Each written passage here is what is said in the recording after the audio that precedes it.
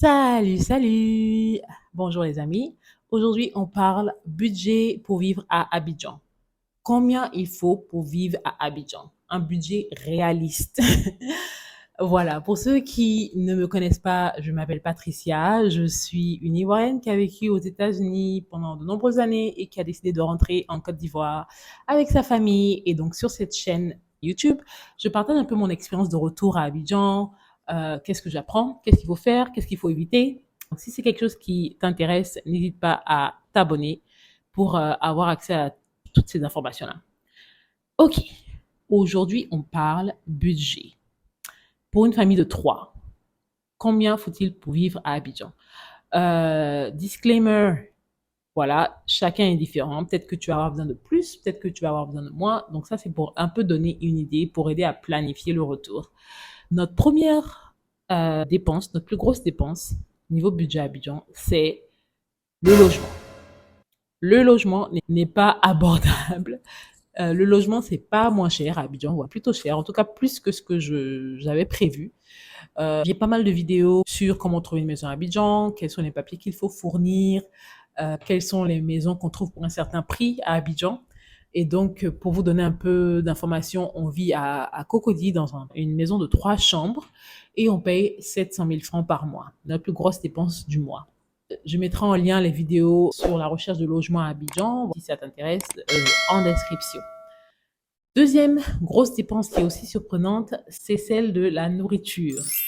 Je pensais qu'on allait dépenser moins, étant ici, que ce qu'on dépensait à Miami, mais au final, je trouve que c'est à peu près la même chose. On dépense à peu près 300 000 francs CFA par mois en nourriture.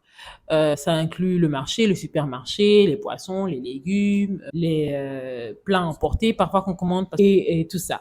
Il faut dire que je vais pas souvent au marché. Je vais rarement au marché. J'achète beaucoup au supermarché. Donc voilà, je paye pour ça.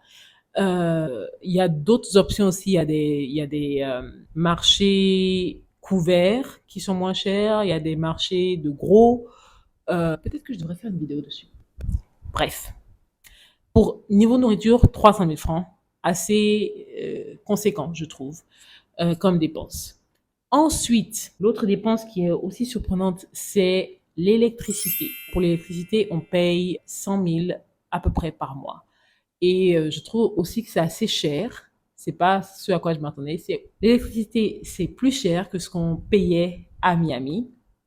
Notre première facture ici était plus de 500 000, presque 600 000 francs CFA. Ouais, presque 600 000 francs CFA. J'étais choquée.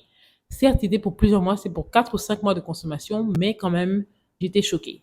Quand j'étais à ma famille, ils ont dit, ben écoute, vous utilisez les clims tout le temps, à quoi tu t'attendais? Ok, d'accord. On a appris la leçon. On a essayé de diminuer la consommation de clim et tout ça. On a acheté des ventilateurs. On apprend les amis. Et donc, la dernière facture, c'était à peu près 200 000 francs pour 2 mois. Donc, je dirais par mois à peu près 100 000 francs. On essaie toujours de diminuer. Voilà. Ensuite, l'eau, par contre, assez abordable. On paie moins de 10 000 francs par mois. Les factures sont chaque 3 mois. Notre dernière facture était à peu près 26 000 pour 3 mois. Donc, voilà. Et on a une machine à laver. Je trouve que, bon, définitivement moins cher que ce qu'on a payé avant aux États-Unis.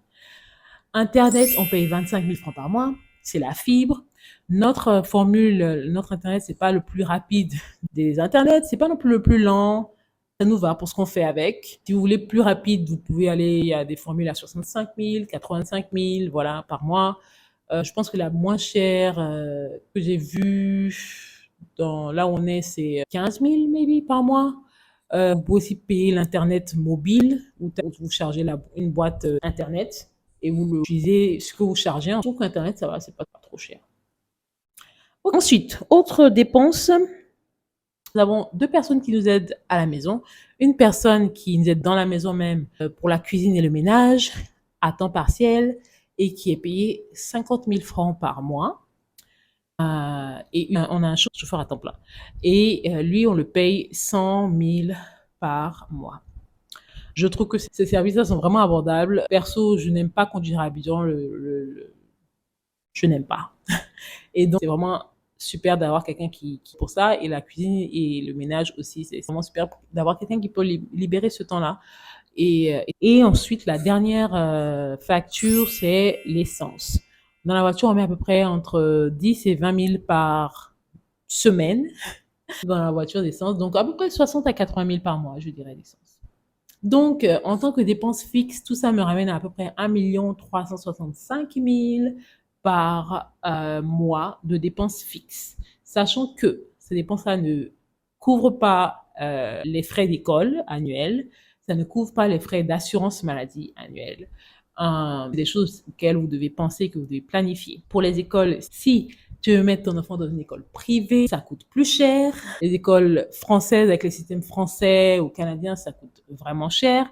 Donc, c'est quelque chose vraiment qu'il faut planifier. J'essaierai de faire une vidéo dessus. Dites-moi si ça vous intéresse, ce sujet. Si cette vidéo vous a bien plu, si vous avez appris quelque chose, merci d'aimer la vidéo. N'hésitez pas à la partager. Et si vous voulez plus de vidéos comme ça, n'hésitez pas à vous abonner, n'est-ce pas? Merci.